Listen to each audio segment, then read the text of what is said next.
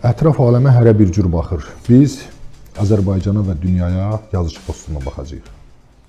Postdan isə həm müşahidə aparırlar, həm müdafiə olunurlar, həm də atəş açırlar.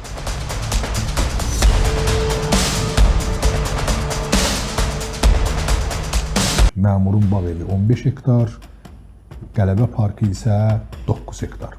Ata Abdullayevi bağışlamağa hazır olmayan insanlar ölkə rəhbərliyindən onların istədiyi insanların amnistiyasını arzulayırlar. Ölmədiyi o günü də gördük ki, Yazıçılar Birliyində Həmid Edisçiyə də bir vəzifə verildi. Onun bığlarını daraması məclisdə məndə deməli 2 qat bir ironik, istehzalı münasibət yaratdı. Ağakərimə böyük sənətkar deyiriksə, bəs Seyid Əzimə biz nə deməliyik?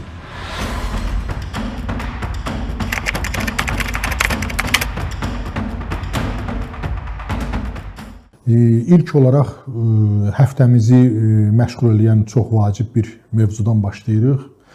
Ancaq həmişəki kimi qeyd edirəm ki, mənim işim şəxslərlə deyil, yəni ona görə də xüsusi olaraq ad familiya çəkməyə ehtiyac yoxdur. Ancaq mənə maraqlı olan növbəti bir mülk açıqlamaları oldu və burada da çox qeyri-adi bir fakt gördük. Dəniz kənarında 15 hektarlıq bağ sahəsi, bağ evi sahəsi, yəni nə qədər buna bağ evi demək olar, yəni bu boyda əraziyə mən onu da dəqiq bilmirəm. Çünki o hadisəni qiymətləndirənlər də qeyd elədilər ki, bunu hətta alternativ liman adlandırmaq olar. Hətta bəziləri biraz irəli gedib söylədilər ki, alternativ bir liman olub, hansısa şəxsə aid bir liman. Ancaq bu cür mübaliğələrə də mən çox inanmıram, çünki ən azı peykdən ümumi bir nəzarət var. Ancaq məni narahat edən məsələ budur ki, bir məmura məxsus olan bağ evi elə bu həftə Xankəndində açılan Zəfər parkından böyükdür. Yəni, bağ evinin, şəxsi bağ evinin sahəsi 15 hektardır, Xankəndindəki Zəfər parkının sahəsi 9 hektardır. Yəni, bu rəqəm artıq Azərbaycan insanına, eləcə də bizi kənardan maraqlanıb izləyən insanlara hər şeyi deyir. Məmurun bağ evi 15 hektar, Qələbə parkı isə 9 hektar.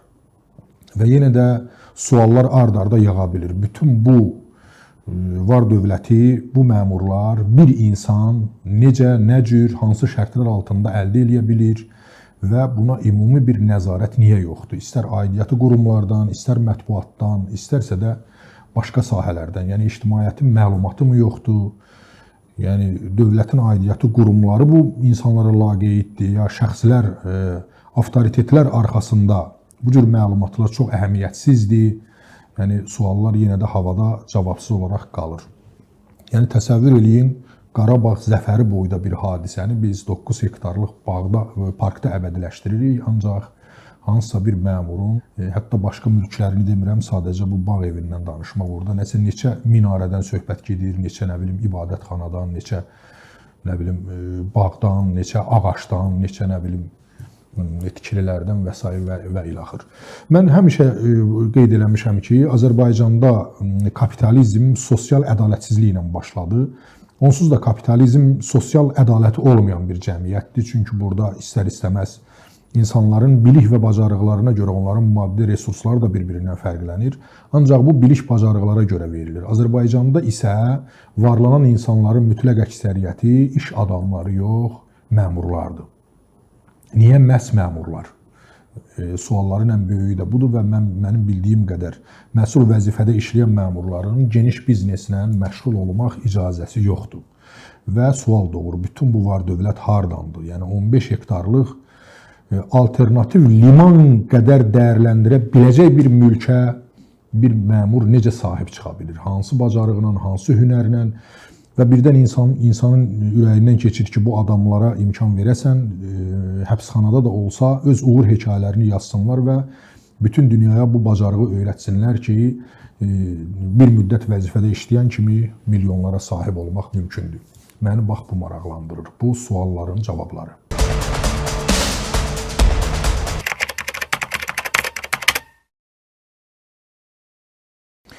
Mən siyasət adamı deyiləm, diplomatiyadan da çox başım çıxmır, ancaq bir qələm adamı kimi ölkə başçılarının çıxışlarını müşahidə edirəm, orada özümə məxsus müəyyən detalları izləyirəm. Müşahidə elədiyim nə olub? Deməli, Rusiya prezidenti Vladimir Putin müttəfiq respublikaların rəhbərləri ilə görüşə qəbul kimi qiymət verir. Yəni deyir, mən onları qəbul edəcəyəm. Yəni ümumiyyətlə münasibət bundan ibarətdir ki, sanki məsələn ölkə prezidenti icra başçılarını qəbul edir. Yəni heç də bərabər hüquqlu ölkələrin başçılarının görüşməsi təəssüratı yaranmır, sanki bunlara Vladimir Putinə necəsə bu müttəfiq respublika rəhbərlərinin bir tabeçiliyi var və bu onları qəbul edir, yəni görüşmür, qəbul edir. Hətta qəbulda gözlədir, sonra qəbul edir. Belə bir məndə təəssürat yaranır və bu da mətbuatda illərdən bəri hallanan bir SSR-in yaratmaq arzularına bir balaca da haqq qazandırır ki, doğrudan da bu xəyallarla, təbii ki, xam xəyallarla yaşayan insanlar və qocaman ideoloqlar var. Və bu mənada Belarus prezidentinin rəftarı, çıxışı bu həftə deməli mövzu oldu, xeyli müzakirəyə səbəb oldu. Əsas da onun Putinlə görüşdə bığlarını daraması adamların marağını qazandı və bir balaca da gülüş doğurdu. Yəni mən çox da belə rəsmiyyətçiliyin tərəfdarı deyiləm. Yəni insan bir hərəkət də eləyib mənə o qədər də qeyri-adi gəlmir. Ancaq bundan öncə həmin görüşdəki öncə olunan söhbətdə qəribə bir detal müşahidə elədim. Lukashenko deməli Belarus xalqına müraciət eləyib, Vladimir Putin həmin məsələyə vurğu salaraq dedi ki, mən diqqətlə sizə qulaq asdım və Lukashenko çox narahatlıqla, düzdür, biraz zarafata salıb dedi, ancaq çox narahatlıqla dedi ki, artıq əski bir söz demədim ki. Yəni təsəvvür eləyin, bir ölkənin prezidenti öz xalqına müraciət eləyir və Rusiya prezidenti ilə görüşdə artıq əski danışmadığını dəqiqləşdirmək istəyir. Yəni onun rəyini, onun münasibətini bilmək istəyir və görünür Putin təbii olaraq Lukashenkonun danışığından çox razı qalıb, deyir, yox, çox faydalı bir çıxış idi, öz xalqının müraciəti çox dəyərli idi. Deməli, müstəqil bir ölkənin başçısı öz xalqına müraciət eləyəndə belə Putin nəzarətini hiss eləyir. Görəsən, mənim xalqıma dediyim sözlər onun xoşuna gəldimi? Və bu fikirdən sonra onun bığlarını daraması məclisdə məndə deməli iki qat bir ironik, istehzalı münasibət yaratdı. Sanki bir-biri ilə uyuşmayan münasibət idi. Yəni, bığ bilirsiniz ki, bizdə bir Koroğluq kompleksidir, bir, nə bilim, kişiliyin, hətta lap olsun avtoritarizmin bir nümunəsidir. Ancaq bığlarını o şəxslə darayan insan öz rəhbərlik elədiyi ölkədə, öz xalqına elədiyi müraciətə, kiminsə qiymətinə bu dərəcədə diqqət kəsilməməlidir. Bundan bu dərəcədə narahat olmamalıdır. Çünki ölkə də onundur, vətəndaş da onundur, azadlıq da onundur. Buna ən azı hörmət eləmək lazımdır və bu mənəvi bir anlayışdır, mənəvi bir dəyərdir. Və mən ölkə başçılarını və bütün insanları bu dəyərlərə hörmət eləməyə çağırıram.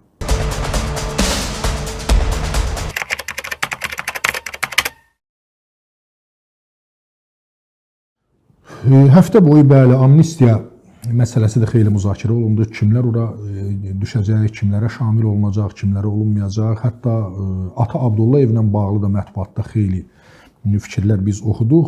Orada müşahidə etdiyim qəribə nüans nədən ibarət idi? İnsanlar bağışlamağa meyilli deyirlər. Yəni, məsələn, biz nəzərə alaq ki, hərənin bir mövqeyi ola bilər, hərənin bir addımı ola bilər və hərənin bir günahı, suçu ola bilər. Amnistiya ərəfəsi o andır ki, sən Ata Abdullayevi belə bağışlamağa hazır olasan. Mən nəyi müşahidə elədim? Ata Abdullayevi bağışlamağa hazır olmayan insanlar, özlərini psixi, mənəvi cəhətdən buna hazır görməyən insanlar, deməli, ölkə rəhbərliyindən onların istədiyi insanların amnistiyasını arzuluyurlar. Hətta bəzən tələb vurğusu ilə qarşıya qoyurlar. Mən başa düşürəm, yəni insanların törətdiyi əməllər eləsi var ki, adamlar onları günahsız sayır, yəni onların müdafiəsinə daha çox qalxırlar. Bütün bu məsələlər mənə aydındır. Ancaq bildiyiniz kimi amnistiya elə bir məqamdır ki, məhz həqiqi günahı olanı da, hətta səni əsəbləşdirəni də, sənin əsəblərinə toxunanı da bağışlamağa hazır olasan. Amnistiya ərəfəsi, mən indi yenə mütəxəssis deyiləm, bu haqda mütəxəssis kimi danışa bilmərəm, ancaq bir qələm adamı kimi mən öz arzularımı bildirə bilərəm ki, mən istəyirəm Azərbaycanlıların həmrəyliyi günü öncəsi daha çox deməli həbsdə olan qələm adamlarının azadlığını görüm və şəxsən bu məni yeni il ərəfəsi daha çox sevindirər və ümid eləyirəm ki, bir çox insanlar, ictimaiyyətin çox böyük bir hissəsi bizim Azərbaycanın qələm adamlarının azadlığına sevinər və bayramı daha böyük əhvalla qarşılayar. Buna əminəm.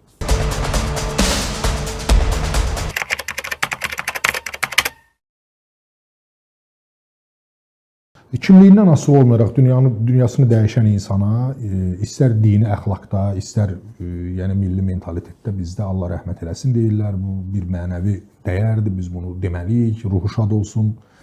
Allah o dünyasını versin. Yəni mən lap yetkinlik yaşlarımdan, ağlım kəsəndən Ağa Kərimi dinləmişəm. Yəni Ağa Səlimlə dəyişmələrini xüsusilə dinləmişəm. Bunlar yəni meyxana janrını ölməyə qoymayan insanlardılar. Yəni doğrudan da əmək sərf eləyiblər, ömür sərf eləyiblər. Bu da folklorun, Abşeron folklorunun bir istiqamətidir və heç kim deyə bilməz ki, yəni meyxana yaşamamalıdır, meyxananın nə bilim biz hardansa çıxdaş eləməliyik. Bəzən deyirlər o folklor da deyil, ümumiyyətlə fars təsiridir, necədir, nə cürdür.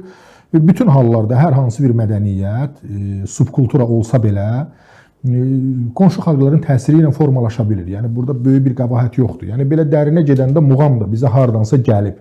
Ancaq biz onu özümüzünküləşdirə bilmişik. Mənə elə gəlir meyxananı da bizim xalq özününküləşdirə bilib və bu sahədə də istedadlı insanlar yetişib, öz sözünü deyən insanlar yetişib. Ancaq burada maraqlı və narahat edici bir nüans odur ki, meyxana deyən insanları sənətkar, bəzənsə böyük sənətkar kimi qiymətləndirirlər və məni də bu düzü biraz narahat elədi. Yəni yenə deyirəm, dünyasını dəyişib Ağa Kərim, Allah rəhmət eləsin ona. Ancaq heç vaxt bu cür bu qəbildən olan insanları, lap Ağa Səlimin özünü də böyük sənətkar adlandırmaq doğru deyil. Yəni necəsə sənətkar saymaq olar.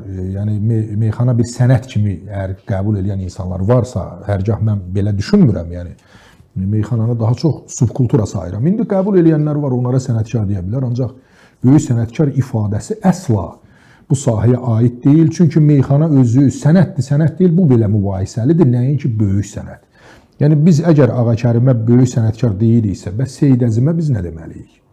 Yəni bu sözlərdən biz istifadə edəndə biraz ehtiyatlı olmalıyıq və həmişə mən görürəm bu meyxanaçılar dünyasını dəyişəndə, ya tutulanda, ya məhbəsdən azad olanda, ya haqlarında hansı veriliş çəkiləndə meyxana deyən digər adamları elə danışdırırlar ki, elə bilirsən, nə bilim, Faulkner danışır, Tolstoy danışır, İsa Söyünov danışır, ən azı Ramiz Rövşən danışır. Çox ciddi onlar münasibət bildirirlər, sənətdən danışırlar, böyük sənətdən sənət söhbətləri eləyirlər. Mən indi çox vaxt bu cür çıxışlarımız olanda meyxanaçıların özləri və meyxana azarkeşləri bizim üstümüzə gəlirlər. Bəzən hətta etika sərhədlərini aşan ifadələr işlədirlər. Mən bunlara bir arqument kimi bir balaca bir məqamı demək istəyirəm. Hüseyn Cavidlə Əlağa Vahidin söhbətini. Yəni Hüseyn Cavid Əlağa Vahid ilə görüşüb və onu möhkəm danlayıb meyxana dediyinə görə. Yəni niyə meyxana deyirsən yox. Yəni meyxananı bir həvəskar kimi demək olar. Bir toyda, düyündə, bir dost məclisində heç kəsə bunu qadağan edə bilməz. Amma ciddi bir sənət kimi Vahidin bununla məşğul olması, işini gücünü atıb, yəni meyxananın dalınca düşməsi, özünü ona həsr eləməsi, deməli Hüseyn Cavidi bizim həqiqətən böyük sənətkarımız. Artıq bu həqiqətən böyük sənətkardır. Onu narahat eləyib və Vahid də ruhu şad olsun, yəni Cavidin dediklərini nəzərə alaraq meyxananın hobbi səviyyəsində saxlayaraq öz şeirlərini yazmağa başlayıb və indi onun bizə yadigar qalan o gözəl qəzəlləri mən ümidvaram ki, həmin görüşdən sonra yaranıb. Yəni Cavid ona bir mütəfəkkir kimi, bir intellektual kimi göstərib ki, sən nə ilə məşğulsun, ola bilərsən və harda daha faydalısan. Ola bilər ki, Vahid meyxana deyəndə daha çox pul qazanırdı. Yəni cibinə pul qoyurdular. İndi Bakının imkanlı adamları bugün meyxanaçılar da çox yaxşı, lüks həyat yaşadır. Yəni bir meyxanaçının qazandığını bütün bu ciddi yazarların topası qazana bilmir. Yəni İndi bu xalqın seçimi də eləyirlər, amma sənət məsələlərində bir balaca ehtiyatlı olmalıyıq ki, özümüzü biabır eləməyək. Yəni meyxana heç vaxt ciddi sənət olmayıb, meyxana subkulturadır. Subkultura nədir? Yəni pis bir şey deyil. Mədəniyyətə qədərki mərhələdir. Bütün folklor nümunələrini, hətta aşıq yaradıcılığının əsas hissəsini biz subkultura kimi dəyərləndiririk. Bəzən muğamı belə subkultura kimi dəyərləndirmək məcburiyyətində qalırsan. Çünki muğam o vaxt ciddi sənətə, tam ciddi sənətə çevrilir ki, artıq Fikrət Əmirov kimi bir böyük sənətkar, yenə deyirəm sözün həqiqi mənasında böyük sənətkar, həmin muğamlarla sintez eləyərək simfonik musiqilər yaradır və yaxud Üzeyir bəy kimi böyük bir sənətkar, çox böyük bir sənətkar Leyli Məcnun kimi bir opera yaradır və operanın necə deyərlər muğamı bükərək xalqa təqdim eləyir. Yəni xalqın anladığı bir dildə. Ancaq ciddi sənətkar meyxana nəinki ciddi sənət deyil, hətta ciddi sənətkarlar öz işlərində belə meyxanadan yararlana bilmirlər. Çünki onun alt bazası çox boşdur. Yəni bilirsiniz öz fəaliyyət səviyyəsində, hansısa bir xüsusi qabiliyyət səviyyəsində ortalığa çıxan bir məsələdir. Məsələn, kimsə uzağa yaxşı daş ata bilir, kimsə yaxşı dombalaq aşa bilir, kimsə yaxşı anekdot danışa bilir, kimsə yaxşı tamadalıq eləyə bilir. Eyni zamanda birinin də yaxşı qafiyə cütləmək və hazır cavab nələrsə düzəldib demək qabiliyyəti var. Yəni hələ bu o demək deyil ki, bu sənət səviyyəsinə qalxıb.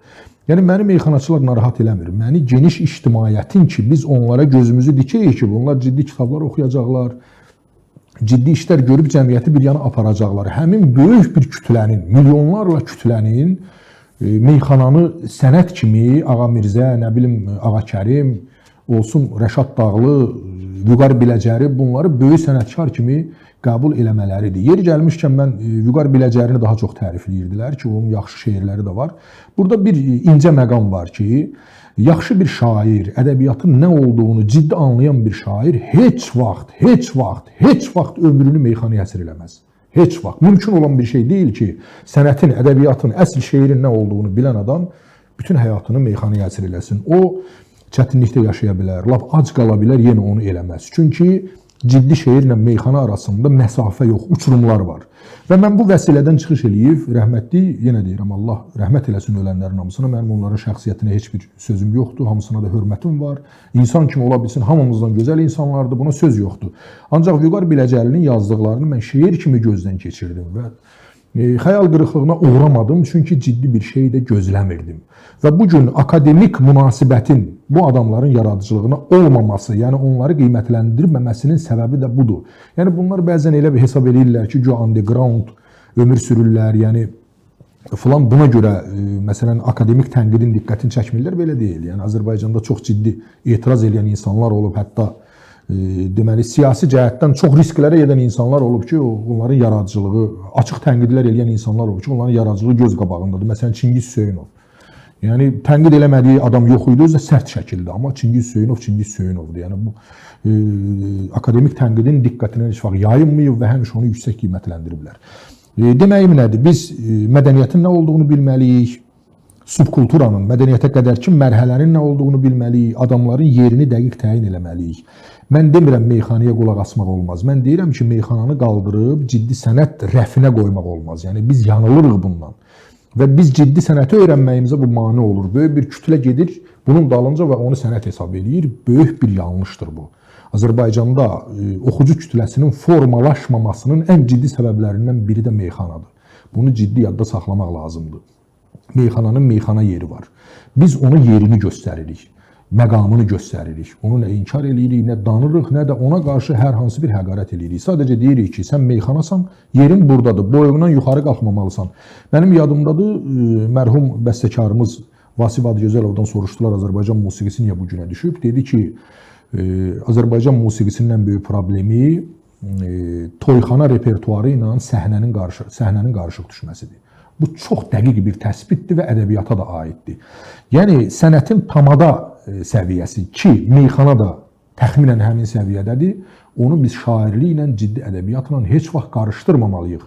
Qarışdırsaq, qazanan mənasız meyxanaçılar olacaq, itirən isə Azərbaycan xalqı və Azərbaycan mədəniyyəti.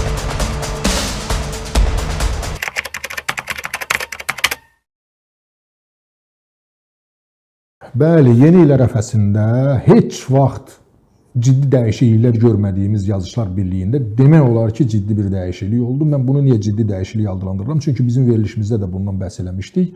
Söhbət Güney Azərbaycan bölməsinin rəhbəri Sayman Aruza qarşı güneyli yazarların 200-ə yaxın imzanın çıxış eləməsindən gedir. Qısaca mən deyim ki, bu mövzuya mən də toxundum və narahatlığımı bildirdim. Heç bir artıq əksik söz işlətmədən, ancaq dərhal ondan sonra mənim özümü də tanıyan, hətta bir yerdə, bir süfrədə oturduğumuz, yəni özümə dost bildiyim insanlar belə mənə qarşı həqarətli sözlər işlətdilər, çox Yəni durduğum yerdə, yəni heç başa düşmədim bunlar niyə eləyir. Əslində başa düşürəm. Yəni siz də anlayırsınız niyə eləyirlər, aydın məsələdir. Başladılar həqarətlər yağdırmağa, Saymanı tərifləyib mənə təhqirlər yağdırmağa. Sonra mən buradan balaca bir xəbərdarlıq elədim. Ondan sonra söhbəti yığışdırdılar. İndi isə nə baş verir? Yazıçılar Birliyində, birliyin sədrinin iştirakı ilə məsələyə baxılıb və Sayman Aruz həmin vəzifədən azad edilib. Mən indi sosial şəbəkələrdə, belə deyək, ağzının ayranını dağıdan insanlara, mən bu sözə görə üzr istəyirəm, yəni mədəni insanlardan, amma məcburam mən yüngül formada belə deyim. Ağzının ayranını dağıdan insanlara indi deyirəm, Anar müəllimin əleyhinə buyurun çıxın. Deyin ki, qərarı düz verməmisiniz, Sayman müəllim bu məsələdə haqlı idi. Deməli, Güneylilər ettilata işləyən adamlardır, Xomeyniyə məthiyə yazan adamlardır. Siz qərarı düz verməmisiniz. İndi buyurun ona etiraz eləyin. Məni söyən insanlar, Anar müəllimə qarşı sadəcə bir etiraz eləyin və sizin qeyrətinizi görün. Bu varsa əgər, buyurun. Bu meydan, bu şeytan. Bircə dənə status yazın, etiraz eləyin ki, Sayman müəllimi oradan niyə azad eləmisən? Və Sayman müəllim özü buyursun etiraz eləsin ki, hörmətli mənim neçə illik sədrim, sən səhv eləyirsən məni buradan azad eləməkdə. Və bunu heç vaxt eləməzlər. Çünki orada bütün münasibətlər həmişə şəxsi mənafi üzərində qurulur. Yazıçılar İttifaqının bir aktivinə və yaxud o aktivinin əlinin altında fəaliyyət göstərən bu xırda-xuruş insanlarda heç vaxt ədəbiyyata qarşı bir mənəvi, bir ləyaqətli münasibət görməmişəm. Yəni burada hər şey çıxarlara bağlıdır, hər şey mənafiyə bağlıdır. Və ölmədiyi o günü də gördük ki, Yazıçılar Birliyində Həmid Eliskiyə də bir vəzifə verildi və Sayman Aruzun yerinə xalq şairi Sabir Rüstəmxanlı təyin olundu və mən şahid oldum ki, bizim Güneyli dostlarımız bu hadisədən çox sevindilər. Ancaq mən düşünmürəm ki, hətta Sabir müəllim ki, bu məsələdə xeyli mütərəqqi bir insan, yəni ən azı Güneyli qardaşlarımıza saxta bir söz deməzdə. Uzaq başı nəyisə bacarmaz. Biz onu görürük ki, nəyisə bacarmadı. Vəssalam. Ancaq Saymanla münasibətdə söhbət tamam fərqli kontekstdə gedirdi. Mən indi o mövzuya qayıtmaq istəmirəm. Məsələni izləyənlər bilir. Ancaq Sabir müəllim kimi mütərəqqi adamın belə orada rəhbər olmasından asılı olmayaraq mən düşünmürəm ki, mütərəqqi ədəbiyyat üçün burada nəsə ciddi bir addımlar atılacaq. Yəni çünki Yazıçılar Birliyinin türklər demiş yapısı, yəni strukturu, onun yaradılışı mütərəqqi istiqamətli deyil. Və burada başqa bir söz də istər-istəməz adamın ağlına gəlir ki, Quzeyi bay eləmisiniz, indi Güney ilə məşğulsuz. Yəni belə deyil. Belə deyil. Ola bilər ki, məsələn, hər hansı Güneyli bir yazarın, xüsusən Bakıda yaşayırsa, bir problemini həll edə bilərlər, bir kitabının çıxmasına dəstək verə bilərlər, bunlar ola bilər. Ancaq ümumi ədəbiyyatın inkişafı üçün Yazıçılar Birliyinin ən deməli, ürəyə yatan islahatının belə böyük nəticələri olmur. Yəni biz illərlə zaman-zaman bunu görmüşük. Çünki struktur özü yanlışdır, Yazıçılar Birliyi ilə dövlətin münasibəti yanlışdır və bu istər-istəməz insanları mənafi uğrunda fəaliyyətə çəkir. Nəinki ədəbiyyat uğrunda, söz uğrunda və ədəbiyyat uğrunda, söz uğrunda meydana girəndə onlardan həmişə təpki, həqarət və təhqir eşidirsən. Yəni bunların quruluşu belədir, çünki mütərəqqilik ilə mürtəcilik heç vaxt bir-birinin yanında ola bilməz. Əslində bu söyüşlər də, bu həqarətlər də çox təbiidir və onların maskasını yırtan vacib elementlərdən biridir.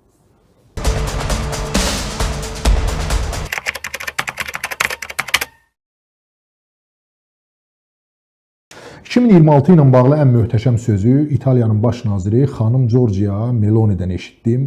Yəni onu siz məşhur siqaret əhvalatından tanıyırsınız. Xanım, daha çox mən onu Tarkovskinin Ayna filminin qəhrəmanına bənzədirəm. Belə xoş bir enerjisi və bir qadın gözəlliyi var onda. Belə kinematografik. Yəni bizim Rəcəb Tayyip Ərdoğan da, hörmətli Rəcəb Tayyip Ərdoğan da onun siqaret çəkməsindən çox narahat olmuşdu və söz vermişdi ki, ona siqareti tərk edəcək. İnşallah 2026-da Giorgia xanıma Ərdoğan siqareti tərk edər, biz də sevinərik. Və Giorgia xanım ilin yekunları ilə bağlı iclasda buyurdu ki, bu il çox işlədik, tətildə sizə yaxşı istirahət arzulayıram, amma heç narahat olmayın, 2026 daha pis gəlir. Yəni belə bir maraqlı ifadə işlətdi. Bu mənim yadıma bizim dostumuz Salam Sarvanın məşhur şeirini saldı. Gəl sənə təsəlli verim, darıxma düzəlməyəcək. Yəni 2026 at ilidir. At indi o qoroskop nə yazır? Yəni ulduz falı falan nə deyir? O öz yerində, onu özünüz baxarsınız. Amma mən toxunuram xüsusilə at obrazına Azərbaycan düşüncəsində. Bu mütərəqqi bir obrazdır, işıqlı bir obrazdır, arzu ilə, muradla bağlı bir obrazdır. Yəni Azərbaycana belə deyək, at obrazı düşərlidir və atın bizim mifik yaddaşımızda, eyni zamanda ədəbi yaddaşımızda çox güclü obrazı var, istər şeirimizdə, istər nəsrimizdə, istər dastanlarımızda. Bu xırdalığa da çox getmirəm, bilirsiniz və ümid eləyək ki, 2026 yaxşı gələcək, ancaq mənim narahatlıqlarım var, xüsusən iqtisadi böhran havaları dolanır, bahaçılıq artıq ciddi şəkildə hiss olunmağa başlayır. Mən bütün hallarda xalqımıza dözüm və dəyanət arzulayıram ki, həmişə o dözümü və dəyanəti göstərib, mənə elə gəlir yenə göstərəcək və hamını yeni il münasibəti ilə, yeni ildən də öncə Azərbaycanlıların həmrəylik günü münasibəti ilə təbrik edirəm. Ümid edirəm ki, nə qədər çətinlik olsa da hər şey yaxşı olacaq və biz sarsılmadan, deməli, ağır itkilər vermədən, ölüm itimi olmadan 2026-nı da yaşayıb başa çatdıracağıq. Hamınıza uğurlar arzulayıram. Sağ olun.